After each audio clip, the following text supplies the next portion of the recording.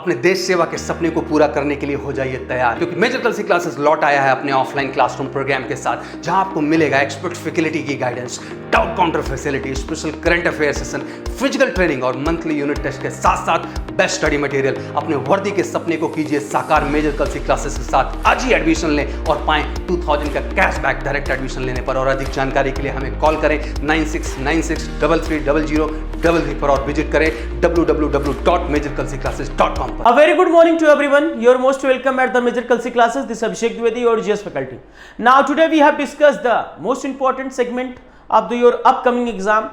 If we're talking about here, we have a 25 most important question for exam point of view.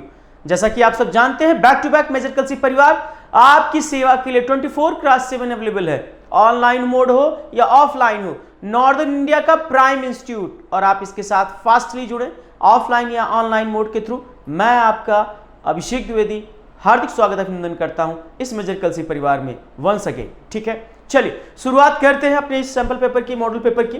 तो पहला question ऐसा कि आप board पर देख पा रहे हैं, हड़प्पा वासियों की संरचना थी प्रतिसत्तात्मक, मातृसत्तात्मक, दोनों या समन्वित रूप, कोई नहीं। अगर जो बच्चे अंग्रेज हैं, इंग्लिश माध्यम के हैं, उनके लिए ये है The social structure of the Harappan people was the patriarchal, matriarchal, a composite form of the both, none of the these. Here we can say that the matriarchal, if we talking about the matriarchal will be the right answer because we got the maximum woven figurine. महिलाओं के जो आकृति थी वो maximum IVC से मिली और ये कहा जाता है कि ये मात्र सत्तात्मक हुआ करती थी IVC. Clear to everyone? Now we are moving next question, question number 2. What is the question number 2? If we talking about Harappa, Harappa वासी किस वस्तु के उत्पादन में अग्रणी थे? मुद्राएं, कांसे के औजार, कपास और जौ। Here we can say that they are, if we talking about the leader in the production of the, if we talking about the cotton, as we know cotton. Here we know the people also said Sindan because it is basically found in the near about the area of the Sindhu river. So it means we can say that the Sindan, it is also named, was another name of the cotton. Clear to everyone? C will be the right answer. Now we are moving to the question number 3. Which of the following animals were considered sacred by the Indus Valley civilizations? पवित्र पशु, निम्नलिखित में किस पशु को संदेवासु पवित्र मानते थे? यहाँ पे ये हटा दीजिए, अब सही हो गई है स्पेलिंग आपकी। ठीक है, तो humped bull will be the right answer, कुबड़ वाला सांप। Clear to everyone? Now next question number 4. What the means of Aryan? Aryans means civilized elite. It means we can say that the supreme or noble, that means the श्रेष्ठ or कुलीन। B will be the right answer. Now question number 5. Arya Bharat में संभवतः कहां से आए थे? Basically they belongs from the, Arya Bharat में कहां से आए थे? It means according to the Max Muller they came from the central Asia. We will be the right answer. Now next we talking about the question number 6. What the question number 6? Question number 6 describing about the Bal Gangadhar तिलक के अनुसार आर्यों का मूल निवास स्थान क्या था? Arctic Pradesh will be the right answer. D will be the right answer. Now next if you talking about आर्यों ने भारत पर कब अधिकार किया? आर्यों ने भारत पर कब अधिकार किया? If you talking about the 1500 BC. Now next question number 8. Dilwara का जैन मंदिर किसके समय में बनवाया गया? दिलवाड़ा का जैन मंदिर किसके समय में बनवाया गया? Clear to everyone? तो it means we can say that the जो राजस्थान की अगर हम बात करते हैं तो राजस्थान के क्षेत्र में दिलवाड़ा का जैन मंदिर बनाया गया था। क्लियर हो गई बात नहीं बेटा? और यहाँ पे अगर हम बात करते हैं तो चालुक्य शासकों ने, अगर हम बात करते हैं तो दिलवाड़ा के जैन मंदिर को बनवाया था। Mount Abu, Rajasthan. C will be the right answer. Chalukya will be the right answer. Now next we talking about here question number 9. Dilwara मंदिर कहाँ पे स्टेब्लिश है? वर्तमान में कहाँ है बेटा? Rajasthan will be the right answer. Clear? Next question की ओर मूव ऑन करते हैं। Question number 10. खजुराहो का मंदिर किसके द्वारा बनवाया गया था? चंदेल शासकों के द्वारा बनवाया गया था। किसके द्वारा बेटा बनवाया गया था? चंदेल शासकों के द्वारा। Clear to everyone? Now 11th question. Which among the following is the not matched? Haldighati की अगर बात करते हैं तो आप जानते हैं हल्दी घाटी का युद्ध महाराणा प्रताप और अकबर के बीच में हुआ था, तो ये बिल्कुल सही है राजस्थान। पानीपत बंगाल, ये नहीं सही है। पानीपत जो है वो हरियाणा के क्षेत्र में स्थित है। कहां बेटा? हरियाणा। Clear to everyone? ये सही नहीं है। बक्सर बिहार बिल्कुल सही है, प्लासी वेस्ट बंगाल बिल्कुल सही है। तो अब आप देख पा रहे होंगे कि जो पानीपत वाला है वो सही नहीं है, सुमेलित नहीं है, तो यानी कि B will be the right answer. What will be the right answer? B will be the right answer. Panipat का मतलब हरियाणा, सुमेलित नहीं है ना। चल 12वें की बात करता हूं बेटा।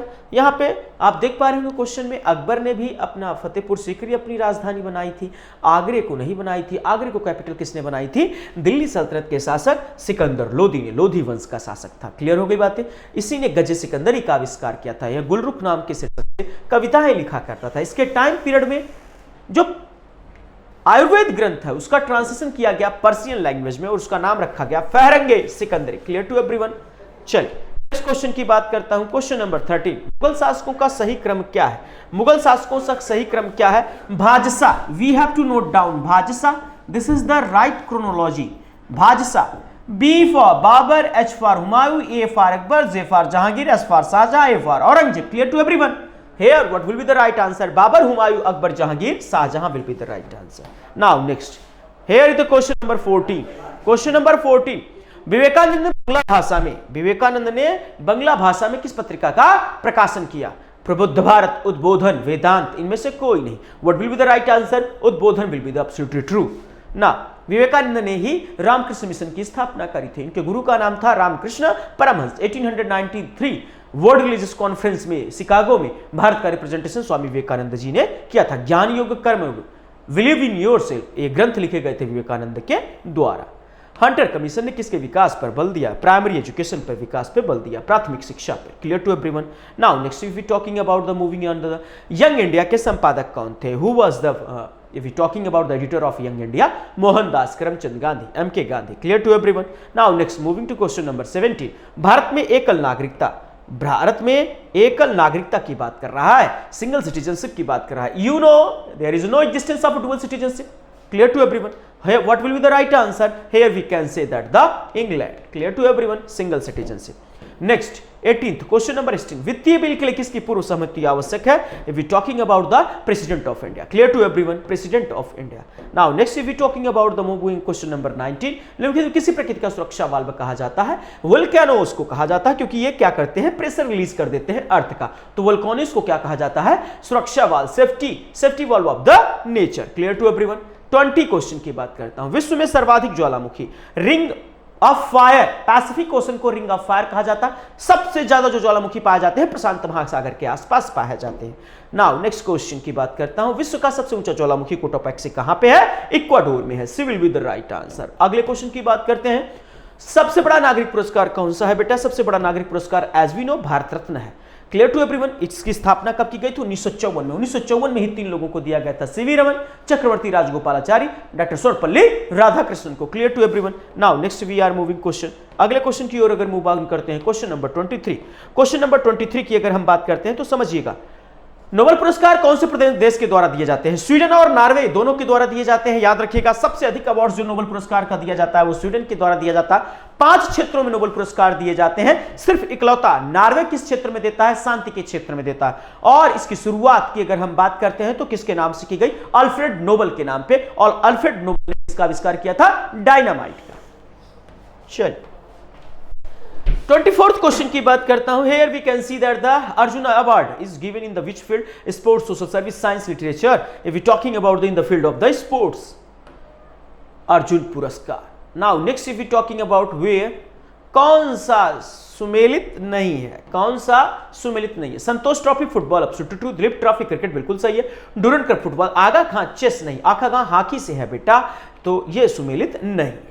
क्लियर हो गई बातें बेटा? और आपको ये सेशन कैसा लगा जरूर कमेंट बॉक्स में बताएं। मेजर कलसी परिवार के साथ इसी तरीके से जुड़े रहे। बैक टू बैक मेजर कलसी परिवार आपके लिए सैंपल पेपर्स लाता रहेगा। तब तक के लिए थैंक यू सो मच। जय हिंद, जय भारत। अगर आप हैं हकदार तो एमकेसी बढ़ा रहा है आपकी तरफ मदद का हाथ। फौज का सपना देखने वाले, वर्दी की चाह रखने वाले, मेहनत कश और गरीब बच्चों के हौसलों को उड़ान देने के लिए मेजर कलसी क्लासेस लेके आया है SC/ST एडमिशन कम स्कॉलरशिप टेस्ट, जिसमें आप 90% तक की फीस में छूट प्राप्त कर सकते हैं। इस एग्जाम में 9, 10, 11, 12 और ग्रेजुएशन तक के सभी कैंडिडेट इस एग्जाम में पार्टिसिपेट कर सकते हैं। यह एग्जाम हर संडे को कंडक्ट किया जाता है, तो देर किस बात की, उठाइए अपना फोन और आज ही रजिस्टर्ड कीजिए majorkalsiclasses.com/scholarship पर। और अधिक जानकारी के लिए कॉल कीजिए 9696333033। पेपर। हेलो बच्चों, आप सभी का स्वागत है एमकेसी के ऑनलाइन प्लेटफॉर्म पे। बच्चों आज हम लोग लाए हैं यहाँ पर नेवी एमआर के लिए मॉडल पेपर। यहाँ पर हम अर्थमेटिक के 15 बहुत ही बेहतरीन क्वेश्चनों का कलेक्शन लाए हैं जो आपके एग्जाम के दृष्टिकोण से बहुत ही इंपॉर्टेंट है। बच्चों अगर हम बात करें आज के पहले क्वेश्चन की, तो यहाँ पर हमसे पूछा गया है परिमेय संख्या कौन सी है। और बच्चों हम सभी को पता है जितने भी हमारे इंटीजर्स होते हैं वो सारी संख्याएं हमारी क्या होती हैं, परिमेय संख्या होती हैं। अगर हम यहाँ देखेंगे 23 से 23 कट जाएगा और वैल्यू 0 हो जाएगा, तो बच्चों हमारा क्या हो जाएगा, रेशनल नंबर। वहीं पर और भी जो नंबर हैं बच्चों, ये हमारा पाई का सैंबल है जो कि यहाँ पर थोड़ा सा मिस प्रिंट हो गया है। तो बच्चों अगर आप बात करेंगे पाई का, तो एक अपरिमेय संख्या है। √2 की बात करेंगे तो बच्चों जितने भी हमारे नॉन परफेक्ट स्क्वायर होते हैं, वो √2 हो, √5 हो, ये सारी संख्या हमारी कैसी होती हैं, इरेशनल नंबर होती हैं, यानी अपरिमेय संख्या होती हैं। तो प्यारे बच्चों हमारी परिमेय संख्या क्या हो जाएगी, √23 माइनस √23, जिसका वैल्यू 0 आ जाएगा और एक इंटीजर्स होता है, तो ये बच्चों हम लोग का परिमेय संख्या हो जाएगा। अगर बच्चों हम सेकंड नंबर क्वेश्चन की बात करें तो ये हमारा पहला क्वेश्चन था। और आपको बता दें ऐसे क्वेश्चन हमारे एग्जाम में बहुत बार पूछे गए हैं कि परिमेय संख्याएं कौन सी हैं, अपरिमेय संख्याएं कौन सी हैं। तो ऐसे क्वेश्चंस एग्जाम में बनते हैं बच्चों, इसलिए आप अच्छे से एक बार पढ़ लीजिएगा परिमेय संख्याओं के बारे में और अपरिमेय संख्याओं के बारे में। बच्चों जैसे हमारा सेकंड क्वेश्चन है, यहाँ पर हमसे पूछा जा रहा है सरल करने पे गुणनफल में इकाई का अंक क्या होगा, यानी बच्चों यूनिट प्लेस पे कौन सा नंबर आएगा। प्यारे बच्चों हमें इनको मल्टीप्लाई करना है और फिर ये बताना है कि इनका जो लास्ट नंबर होगा, जो यूनिट प्लेस होगा, वो कौन सा नंबर होगा। तो बच्चों हमें कभी भी पूरे नंबर्स का मल्टीप्लाई नहीं करना है, नहीं तो हम एग्जाम में सिर्फ मल्टीप्लाई ही करते रह जाएंगे, क्वेश्चंस नहीं हो पाएंगे, हमारे क्वेश्चन छूट जाएंगे। तो लास्ट के नंबर का मल्टीप्लाई करना, 7 का 1 से मल्टीप्लाई करेंगे बच्चों 7 आएगा, 7 का 9 से मल्टीप्लाई करेंगे बच्चों 9 7 63, 63 आ जाएगा बच्चों, 3 आ जाएगा। तो 3 का बच्चों 6 को छोड़ के हम 3 का 4 से मल्टीप्लाई करेंगे और यहाँ वैल्यू 12 मिलेगा, जिसका इकाई अंक क्या हो जाएगा, 2 हो जाएगा। बिकॉज हमें सिर्फ यूनिट प्लेस का नंबर चाहिए होता है बच्चों, इसलिए हम यूनिट प्लेस का ही मल्टीप्लाई करते हैं और जो लास्ट में हमारा आ जाता है वही हमारा क्या होता है, आंसर होता है। बिकॉज हमें इकाई अंक बताना होता है, सरल करने पे गुणनफल में इकाई का अंक क्या होगा। तो सिर्फ लास्ट के नंबरों का मल्टीप्लाई करना, 7 × 1 7 हो जाएगा, 7 का 9 से मल्टीप्लाई करेंगे 63 और 3 का 4 से मल्टीप्लाई करेंगे बच्चों 12 आएगा, जिसका इकाई अंक 2 हो जाएगा। और इस तरीके से आप इस क्वेश्चन को भी बच्चों कर पाओगे। बच्चों थर्ड क्वेश्चन है हमारा 1.3 बार को इस प्रकार लिख सकते हैं। बच्चों इसको सॉल्व करने के कई तरीके होते हैं, जैसे कि बच्चों मैं आपको बता देता हूं कुछ मेथड्स। यहाँ पर है बच्चों 1.3 बार। तो बच्चों इसको आप ऐसे भी कर सकते हैं कि पूरी संख्या में से जो आपका आगे का नंबर जिसके ऊपर बार नहीं है, उस नंबर को आप लेस करके और जितनी संख्या के ऊपर बार है उस संख्या को बटे में लिख देंगे और बच्चों हम इसे सॉल्व कर लेंगे। जो भी आएगा हमारा आंसर हो जाएगा 12/9। बच्चों 3 से काटेंगे, 3 चौका 12, 3 त्रिक 9, यानी हमारा आंसर आ जाएगा 4/3। और क्या तरीका होता है बच्चों, इसी चीज़ को आप ऐसे लिख सकते हैं 1+3 बार, ठीक है, सॉरी बच्चों इसी चीज़ को हम ऐसा लिख सकते हैं 1+0.3 बार। और इसको जब हम सॉल्व करेंगे तो 1+3/9 हो जाएगा, कट करेंगे 1/3 हो जाएगा, 3 × 9 3 × 4/3। तो बच्चों आप जैसे भी करना चाहें, जो भी तरीका आपको ज़्यादा बेहतर लगे उस मेथड को अप्लाई करके अपने इस क्वेश्चन को सॉल्व कर सकते हैं और आप अपना आंसर प्राप्त कर सकते हैं। चलते हैं बच्चों अगले क्वेश्चन पे। और बच्चों नेवी एमआर के लिए एक क्वेश्चन बहुत इंपॉर्टेंट है। सबसे मेन बात ये होता है बच्चों कि आप किस एग्जाम में बैठ रहे हैं, उस एग्जाम का लेवल क्या है, उस एग्जाम में क्वेश्चंस कैसे आते हैं। कहीं ऐसा तो हम नहीं पढ़ रहे जो हमारे एग्जाम में ही ना आए, कहीं हम ऐसा कुछ तो नहीं नॉलेज गेन कर रहे हैं जिसका हमारे एग्जाम से कोई मतलब ही ना हो। तो बच्चों मॉडल पेपर का बस इतना सा मतलब होता है कि हम जो मॉडल पेपर लाते हैं ये आपके एग्जाम के ओरिएंटेड लाते हैं, कि आपके एग्जाम में इस मॉडल पेपर को वॉच करने के बाद, देखने के बाद आप कुछ अपने एग्जाम में बेहतर कर पाएँ। तो बच्चों उसके पॉइंट ऑफ व्यू में आपको क्वेश्चंस लाता हूँ। यहाँ पर आप कभी ये मत देखना कि क्वेश्चंस तो बहुत हार्ड है, क्वेश्चन तो बहुत डिफिकल्ट है, ऐसा आप कभी मत देखना। बिकॉज बच्चों एक्चुअली में ये मॉडल पेपर आपके एग्जाम के पॉइंट ऑफ व्यू होता है। अब आपका जैसा एग्जाम है उसका जो लेवल है उसी लेवल के अकॉर्डिंग हम क्वेश्चंस रखते हैं, ना कि बच्चों हम ये देख के रखते हैं कि बहुत हार्ड क्वेश्चंस हमें कराने हैं। ऐसा नहीं है बच्चों, हम आपके एग्जाम के लेवल के क्वेश्चंस लाते हैं। तो प्यारे बच्चों देखो यहाँ हमारा नेक्स्ट क्वेश्चन है, दो संख्याओं का गुणनफल दिया गया है, ठीक है। फिर बच्चों बोला गया यदि उनका माशा जो है 2 है तो लाशा क्या होगा। बच्चों बहुत सारे तरीके होते हैं सॉल्व करने के, लेकिन हम लोग जो बचपन से पढ़ते आ रहे हैं यही पढ़ते आ रहे हैं, पहली संख्या गुणे दूसरी संख्या बराबर लाशा गुणे मासा। और बच्चों पहली संख्या गुणे दूसरी संख्या का मतलब क्या हो गया, दो संख्याओं का गुणनफल, जो कि हमें 64 दे रखा है। और प्यारे बच्चों हमें इसका HCF दे रखा है कितना, 2 दे रखा है, यही 2 बटे में आ जाएगा, यानी कट करेंगे और हमारा LCM कितना आ जाएगा बच्चों, 32 आ जाएगा। इस तरीके से हमारा इसका डी ऑप्शन आंसर हो जाएगा। एंड आई होप कि बच्चों आपको एक क्लियर हुआ होगा सवाल। और बच्चों बता दें ये क्वेश्चन इनको हल्के में मत लेना, ये क्वेश्चन बहुत इंपॉर्टेंट है। अगर हम लासा मासा की बात करें तो ऐसे क्वेश्चंस हमारे एग्जाम में एक बार नहीं कई बार पूछे गए हैं, तो ये सारे क्वेश्चंस कहीं ना कहीं बहुत इंपॉर्टेंट है और आपके एग्जाम में हो सकते हैं। बच्चों अगला क्वेश्चन देखो यहाँ पर है 1 से 100 तक के विषम संख्याओं का औसत क्या होगा। तो प्यारे बच्चों हम सभी को पता है अगर हम 1 से 100 तक विषम संख्याएं लिखने लगेंगे, क्योंकि औसत का फॉर्मूला क्या होता है, संख्याओं का योग बटे संख्याओं की संख्या। तो बच्चों अगर हम जोड़ेंगे 1 से लेकर 100 तक जितनी भी विषम संख्याएं होंगी तो बहुत समय लग जाएगा। इसका मतलब है इसका कुछ शॉर्टकट फार्मूला होगा, कुछ शॉर्टकट ट्रिक्स होगा जिसके थ्रू इसका आंसर सेकंड में आ जाएगा। तो बच्चों आपको बता दें कभी भी प्रथम n विषम संख्याओं का जो औसत होता है वो सदैव n होता है, यानी वही जितनी संख्या बोलेगा उतना ही आपका आंसर होगा। अब बच्चों अगर हम कहें 1 से 100 तक विषम संख्याओं का औसत, तो 1 से 100 तक की बात करोगे बच्चों तो 50 हमारी विषम संख्याएं होती हैं, 50 हमारी सम संख्याएं होती हैं। यदि 50 विषम संख्याएं हैं बच्चों तो 50 विषम संख्याओं का औसत क्या हो जाएगा, 50 ही हो जाएगा और यही हमारा आंसर हो जाएगा। तो सोचो ना बच्चों ऐसे क्वेश्चन जब हमारे एग्जाम में आएंगे और अगर हमें सिस्टम और तरीका पता रहेगा तो हम कितने कम टाइम में कर पाएंगे, और वहीं पर अगर हमें ये नहीं पता रहेगा बच्चों तो यही छोटा सा क्वेश्चन हमारे एग्जाम में हमारे लिए बहुत बड़ा हो जाएगा और इस क्वेश्चन को हम वहाँ नहीं कर पाएंगे, छूट जाएगा, नंबर्स नहीं मिलेंगे। यदि गेस करते हैं तो नंबर माइनस में भी जा सकता है। तो बच्चों ये डिपेंड नहीं करता कि क्वेश्चन का लेवल क्या है, डिपेंड ये करता है कि आपको आ रहा है कि नहीं आ रहा है। नहीं आ रहा है तो वही क्वेश्चन कितना भी आसान क्यों ना हो लेकिन आपके लिए बहुत डिफिकल्ट बन जाता है। बच्चों ये रेशियो का क्वेश्चन है, यहाँ हमें रेशियो को मिक्स करना है, ABC का अनुपात निकालना है। तो इसके भी बच्चों बहुत सारे तरीके होते हैं, लेकिन उनमें से जो बेस्ट है मैं आपको बता देता हूँ। 2:3 है बच्चों, 3:4 है बच्चों। यहाँ पर तो हमें कुछ बताने की जरूरत ही नहीं है बच्चों। यहाँ पर अगर V का वैल्यू दोनों में सेम हो गया तो कुछ भी नहीं करना है, बस सीधा सीधा 2:3:4 लिख देना है यदि B का वैल्यू दोनों में सेम है। तो बच्चों हमने देखा यहाँ पर बी ऑप्शन है और हमारा बी ऑप्शन आंसर हो गया। तो कुछ भी नहीं करना था, बहुत ही सिंपल क्वेश्चन था और इसे आप कर सकते थे। तो ठीक है बच्चों, अगला प्रश्न है हमारा 7वां क्वेश्चन है। प्यारे बच्चों देखो ये भी क्वेश्चन बहुत ही आसान है, और आसान क्यों ना रहे बच्चों, हमारे एग्जाम का लेवल ही ऐसा है कि ऐसे ही क्वेश्चंस आते हैं, तो हमने ऐसे ही क्वेश्चंस रखे जो हमारे एग्जाम नेवी MR में आते हैं। बच्चों यहाँ पर क्वेश्चन है, मोहन ने एक फ्रिज 7,000 रुपये में खरीदा, 115 रुपये लाभ कमाकर सोहन को बेच दिया, मोहन ने फ्रिज कितने में बेचा। प्यारे बच्चों सोचो ना, मोहन ने फ्रिज कितने में खरीदा, 7,000 रुपये में मोहन ने फ्रिज खरीदा। कितने रुपए में बच्चों, 7,000 रुपये में मोहन ने फ्रिज को खरीदा है, ठीक है। फिर 115 रुपये लाभ कमाकर सोहन को बेच दिया, यानी बच्चों वो 115 रुपये इस पे क्या करेगा, कमाएगा। जब इसे सेल करेगा अपने फ्रेंड को इस सामान को देगा, सोहन को देगा, तो 115 रुपये उससे प्रॉफिट कमा लेगा। तो बच्चों मोहन ने फ्रिज कितने में बेचा, 7,115 रुपये में। ए ऑप्शन हो जाएगा, जो कि बहुत ही आसान सवाल है और आप इसे कर सकते थे। बच्चों अगर हम 8वें सवाल की बात करें तो कुछ ऐसा ही क्वेश्चन है, लेकिन टेक्निकल क्वेश्चन है, अच्छा क्वेश्चन है। और बच्चों यहाँ क्वेश्चन में हमसे क्या कहा जा रहा है, हमसे कहा जा रहा है कि 3 वर्ष में किसी धन का मिश्र धन साधारण ब्याज से 3 वर्ष में 5,000 हो जाएगा, 5 वर्षों में 7,000 हो जाएगा, ब्याज की दर क्या है।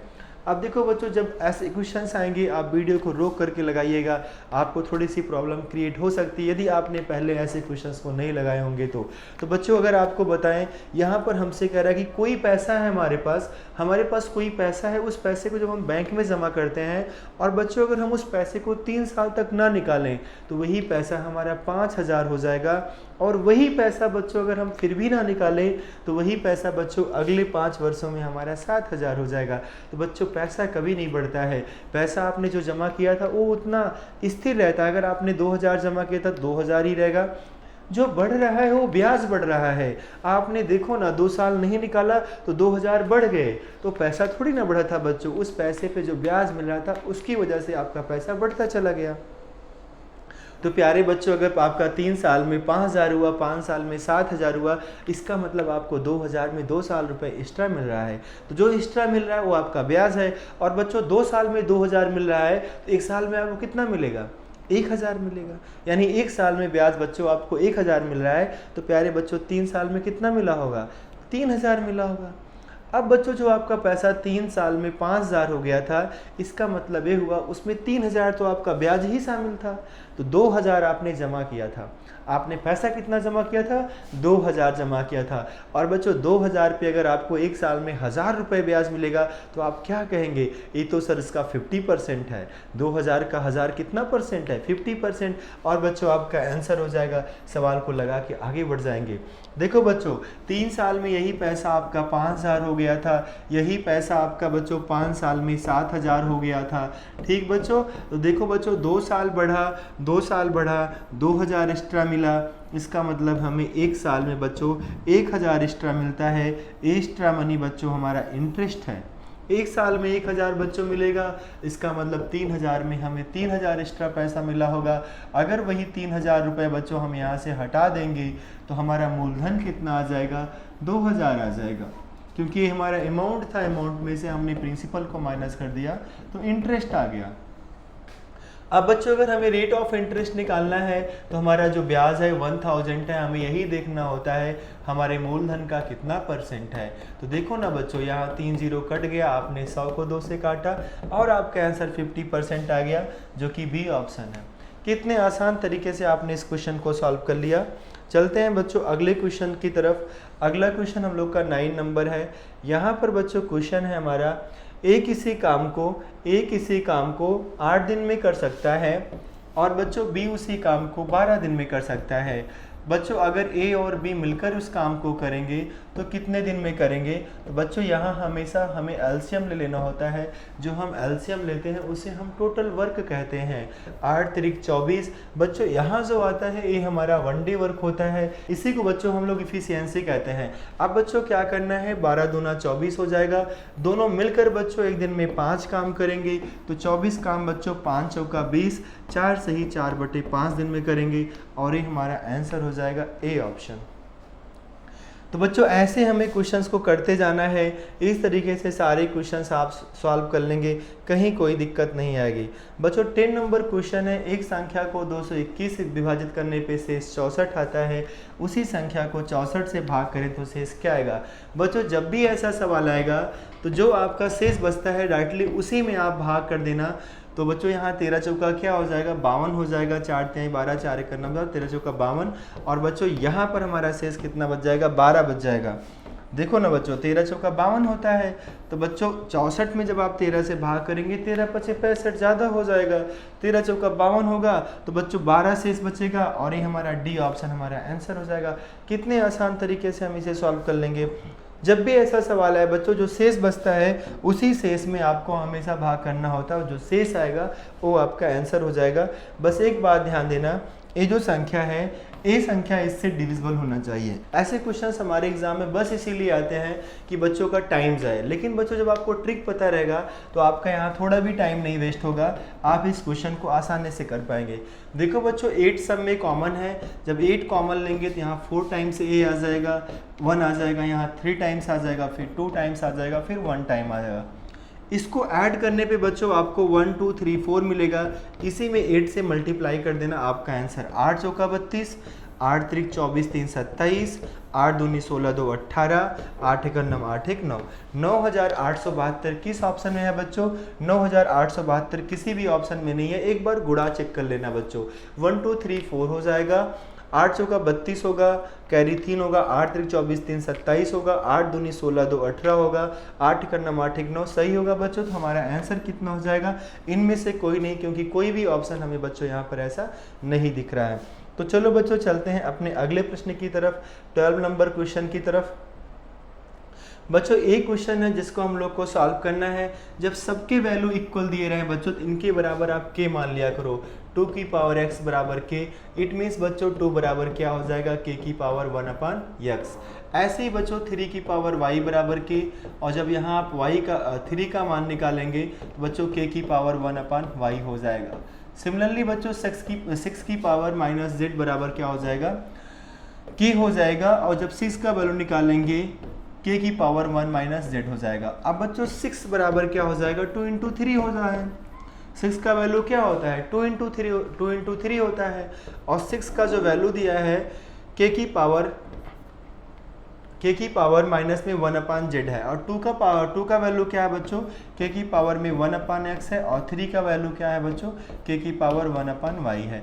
गुणा में घातें जुड़ती हैं, आप सभी को पता है। सो बच्चे 1 प्लस एक्स 1 प्लस वाई बराबर माइनस में 1 अपान जेड हो जाएगा, क्योंकि इनका बेस इक्वल है तो घात क्या हो जाएगा, इक्वल हो जाएगा। जब ये इधर जाएगा बच्चों तो 1 अपान एक्स 1 अपान वाई और प्लस 1 अपान जेड, इधर वैल्यू क्या मिल जाएगा, 0 मिल जाएगा, और इस तरीके से हमारा आंसर क्या हो जाएगा बच्चों, 0 हो जाएगा। आई होप कि बच्चों क्लियर होगा आपको सवाल। चलते हैं अपने 13 नंबर क्वेश्चन पे। तो बच्चों यहाँ 13 नंबर सवाल है। 2 संख्याओं का लाशा आपको दिया है, माशा दिया है, एक संख्या दिया है।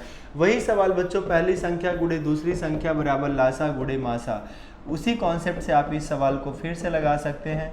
यहाँ देखो बच्चों, हमें लाशा कितना दिया है 840, माशा कितना दिया है 14, और एक संख्या 42 दिया है। दूसरी संख्या पूछ रहा है बच्चों, तो दूसरी संख्या हम कैसे निकालेंगे, यहाँ पर 42 से काटेंगे बच्चों, 42 दूना 84, 20 हो जाएगा, और 14 दूनी 28 बच्चों 280 हो जाएगा। किस ऑप्शन में, हमारा बी ऑप्शन में है, और बच्चों ये हमारा आंसर हो जाएगा। ऐसे बच्चों आगे बढ़ेंगे हम जब अगले प्रश्न की तरफ। 14 नंबर, तो बच्चों यहाँ कहा जा रहा है अजय की टीम ने 8 में से 6 मैच जीत लिए, टीम का कुल कितना % अजय ने मैच जीता। बच्चों आप 8 मैच खेलते हैं और उसमें से आप 6 मैच जीत जाते हैं, तो आपका रिजल्ट कितना है, 6 है। टोटल मैच कितने हैं, 8 है। तो हमें यही देखना होता है बच्चों, 6 जो है जो हम मैच जीत रहे हैं वो हमारे कुल मैचों का कितना % है। तो 2 तिहाई 6, 2 चौका 8, 4 से काटेंगे बच्चों 25 तिहाई 75, हमारा आंसर हो जाएगा। इट मीन्स बच्चों क्वेश्चन का कहने का मतलब ये था 6 मैच 8 का कितना % है, 8 का कितना % है। तो सॉल्व करेंगे बच्चों, यही इक्वेशन बनेगा। और इन शॉर्ट में हम यही देखते हैं जो हम 6 मैच जीत रहे हैं वो 8 का कितना % है। तो बच्चों बड़े आसान तरीके से क्वेश्चन को कर सकते हैं। 75% आपका आंसर आ गया।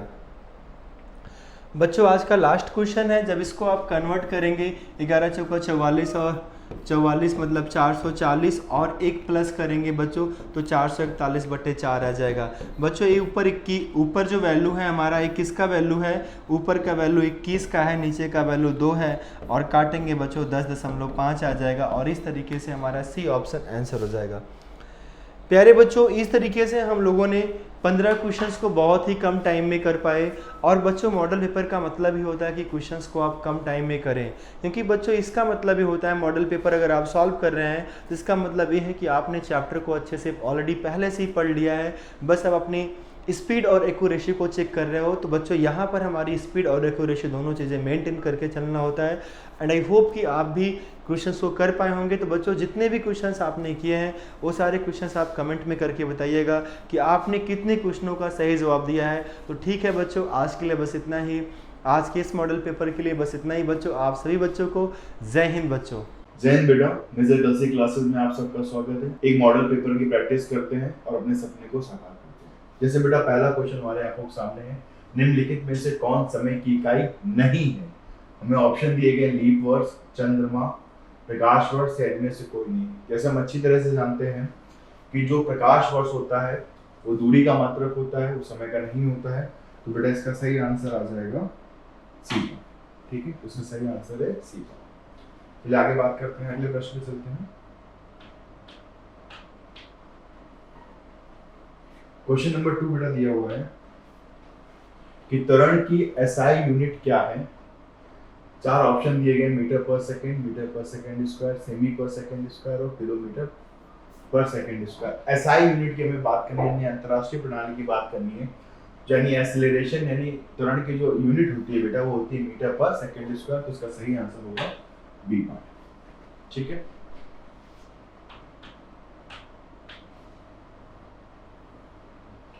अगला प्रश्न है बेटा, पृथ्वी ग्रह पर जहां अपकेंद्र बल नहीं होता है, पहला ऑप्शन है भूमध्य रेखा पर, दूसरा ऑप्शन है कर्क रेखा पर, तीसरा ऑप्शन है मकर रेखा पर या ध्रुव पर, equator, tropic of, and last option is poles. तो सही आंसर होगा बेटा पृथ्वी केंद्र पर, जहां पे अपकेंद्र बल नहीं होता वो हमारा आंसर है। ध्रुवों पर अपकेंद्र बल नहीं पाया जाता है, इसका आंसर हो जाएगा लास्ट पार्ट। ठीक है, थोड़ा अगला प्रश्न देखिए। अगला प्रश्न दिया हुआ है कि पृथ्वी के परिक्रमण कर रहे किसी भू स्थिर उपग्रह का आवर्तकाल होता है पृथ्वी के गुणनकाल के बराबर, पृथ्वी के गुणनकाल के 2 गुने के बराबर, चंद्रमा के गुणनकाल के बराबर, या उपयुक्त में से कोई नहीं। अगर पृथ्वी के परिक्रमण कर रहे किसी भू स्थिर उपग्रह की अगर बात होती है तो जो उसका आवर्तकाल है बेटा वो पृथ्वी के गुणनकाल के बराबर होता है, इसका आंसर हो जाएगा ए पार्ट। ठीक है, अगला प्रश्न है बेटा, तैरने से संबंधित वैज्ञानिक हैं। 4 ऑप्शन दिए गए हमें, आर्किमिडीज, न्यूटन, लुईस पास्चर या इनमें से। इसका सही आंसर है बेटा तैरने से संबंधित हमें वैज्ञानिक जिन्होंने इसका नियम दिया था वो थे आर्किमिडीज, यानी इसका आंसर हो जाएगा ए पार्ट। क्वेश्चन नंबर 6 में कह रहा है कि इलेक्ट्रॉनिक विन्यास दिया हुआ है 1s2, 2s2, 2p5, 3s1, ये क्या दर्शाता है? पहला ऑप्शन है फ्लोरीन की आधारमूल अवस्था, फ्लोरीन की उत्तेजक अवस्था, नियॉन अणु की उत्तेजक अवस्था या O2- आयन की उत्तेजक अवस्था। तो 1s2, 2s2, 2p5, 3s1 बेटा नियॉन अणु की उत्तेजक अवस्था को दर्शाता है, तो इसका आंसर होगा सी। अगला प्रश्न है बेटा, एक मिश्र धातु है, एक तत्व, एन एलिमेंट, एक यौगिक, अ कंपाउंड, असदृश्य मिश्रण, अ हेटेरोजेनियस मिश्रण, असदृश्य मिश्रण, होमोजेनियस मिश्रण। जब भी हम मिश्र धातु की बेटा बात करेंगे तो एक होमोजेनियस मिक्सचर होता है यानी एक सदृश्य मिश्रण होगा, इसका आंसर हो जाएगा लास्ट पार्ट। ठीक है, इनमें से कौन एक अनुवांशिक रोग नहीं है? हीमोफीलिया, स्लीपिंग सिकनेस, मधुमेह या ल्यूकीमिया। तो अगर हम बात करें इसमें एक अनुवांशिक रोग नहीं है तो स्लीपिंग सिकनेस एक अनुवांशिक रोग नहीं होता है, इसका आंसर हो जाएगा बेटा बी। हीमोग्लोबिन है एक, 4 ऑप्शन दिए गए हैं, अमीनो अम्ल, प्रोटीन, फैटी अम्ल या इनमें से सभी। जब भी हीमोग्लोबिन की बात होती है तो हीमोग्लोबिन एक प्रोटीन। लास्ट प्रश्न है बेटा, फाइलेरिया का कीटाणु है एक प्रकार का मच्छर, प्रोटोजोआ, हेलमिंथ या बैक्टीरिया। तो इसका सही आंसर है बेटा हेलमिंथ। फाइलेरिया का कीटाणु एक हेलमिंथ होता है, इसका आंसर हो जाएगा बेटा सी। ठीक है, तो ये प्रश्न बेटा आपके पेपर के लिए बहुत लाभदायी होंगे। धन्यवाद। आपकी बेस्ट फ्रेंड किताबें होती हैं जो आपका करियर बनाती हैं और आपके ड्रीम्स को पूरा करती हैं। इसलिए मेजर कलसी क्लासेस लेकर आया है रक्षा क्षेत्र के सभी परीक्षाओं की संपूर्ण तैयारी के लिए एमकेसी पब्लिकेशन की तरफ से बेस्ट स्टडी मटेरियल जो कि सेना द्वारा प्रेस्क्राइब्ड लेटेस्ट पैटर्न पर आधारित हैं, जिसमें आपको मिलेगा आसान भाषा में explanation, chapter wise question paper और ढेर सारे क्वेश्चन के कलेक्शंस, ढेर सारे शॉर्टकट और ट्रिक के साथ साथ क्वेश्चन को इजी, मीडियम और हार्ड लेवल में बांटा गया है। लास्ट 5 ईयर के क्वेश्चन को चैप्टर और टॉपिक वाइज मेंशन किया गया है जो कि आपके 100% सफलता को सुनिश्चित करेंगे। तो देर किस बात की, तो आज ही ऑर्डर कीजिए अपनी डिफेंस प्रिपरेशन की बुक dlp.majorkalsiclasses.com से और कॉल कीजिए 9696330033 पर।